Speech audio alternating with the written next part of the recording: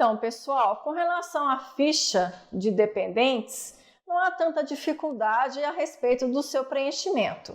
Primeiramente, a gente vai fazer a definição de qual tipo de dependente que você tem. Existe uma lista, que é uma relação de dependência, e nessa lista vai mostrar 10 tipos de situações. Você vai verificar qual situação se encaixa esse seu dependente. Depois que você definir essa questão dessa relação de dependência, você vai preencher o nome completo da pessoa, a data de nascimento e o CPF. Lembrando que o CPF ele passou a ser obrigatório na declaração do ano passado para todos os dependentes. Primeiro tinha aquela questão de até 16 anos, depois foi baixando para 14, 12, ano passado acabou. Todas as pessoas, surge uma relação de dependência, você já é obrigado a declarar esse dependente. Para cada dependente, existe a despesa dedutível no valor de R$ 2.275,08. A gente tem que sempre observar, e que eu posso dizer que é um dos maiores índices que levam declarações à malha fina, é justamente a omissão de algumas informações com relação ao seu dependente.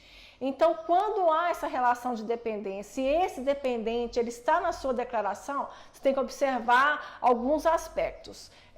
Por exemplo, se ele teve rendimento, quais são as despesas que são apresentadas por esse dependente, você tem o direito de apresentar a declaração do imposto de renda também.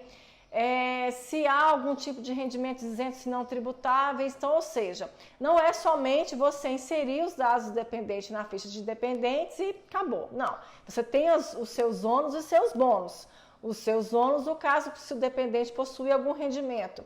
Eu vou detalhar isso na ficha de declaração dos rendimentos tributáveis recebidos pelos dependentes e pelo declarante, Mas também você vai ter o direito de inserir também as despesas dedutíveis do seu dependente na sua declaração do imposto de renda também.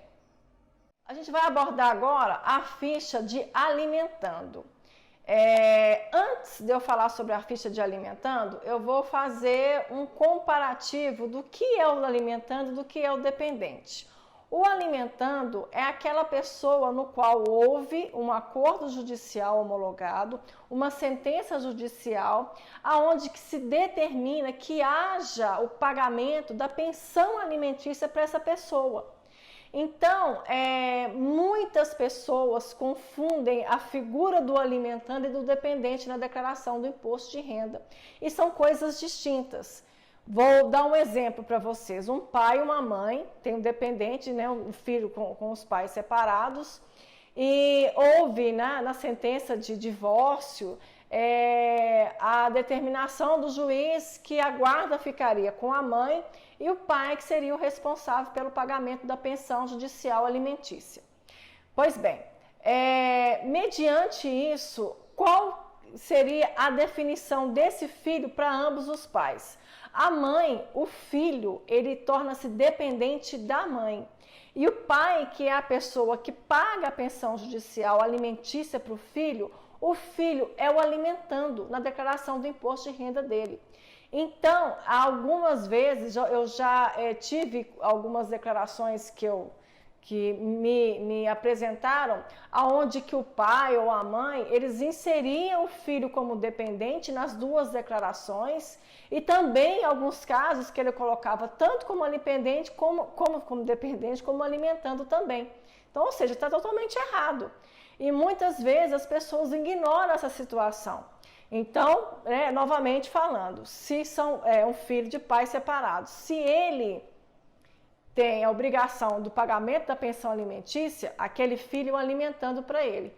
Se a mãe, ela possui a guarda do filho, aí no caso, a declaração, a mãe, o filho passa a ser dependente da mãe, ok?